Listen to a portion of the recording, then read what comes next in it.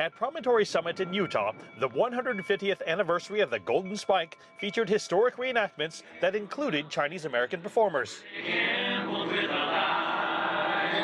Historian Connie Young-Yu reminded the crowd how on the 100th anniversary, the Chinese-American community representative wasn't even allowed to speak, cut from the program at the last minute. There's something that is very moving for me to be here, to be able to represent my great-great-grandfather, a railroad worker, and take part in this story that is a very triumphant American story. Also in attendance, high school teacher and rail worker descendant Lynn Lee, who says her school's textbook only has one sentence on the Chinese rail workers, so she brought in supplemental material. It's such an insult to, all the work that our ancestors have done. And I think this is time for us to recognize the labor that helped build the transcontinental railroad. We have to really appreciate the significance of immigrant labor. At this Golden Spike anniversary celebration, organizers have been careful to include the contributions of many ethnicities in the historic moment.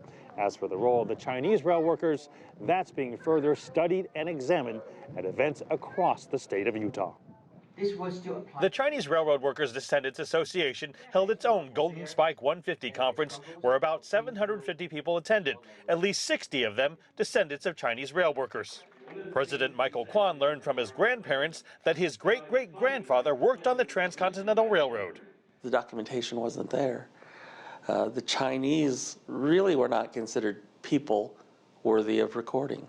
This conference is an opportunity for descendants and others to share their stories and begin to change the narrative of today. His name is Hung Lai Wo. I think his brother was named Jik Wo, and they came basically to work on the Transcontinental Railroad. And the connection to you? Well, he's my great-grandfather. We weren't celebrating a Golden Spike or railroad. We were celebrating the people. We're celebrating these people. We're celebrating their families, and we're celebrating the generations of Chinese who came after that. The family's descendants even include two World War II heroes who saved lives. Stanford University professor Gordon Chang pointed out how Chinese railroad workers laid tracks with a speed and quality no other group could match, ultimately lining the pocketbook of the president of the Central Pacific Railroad, Leland Stanford.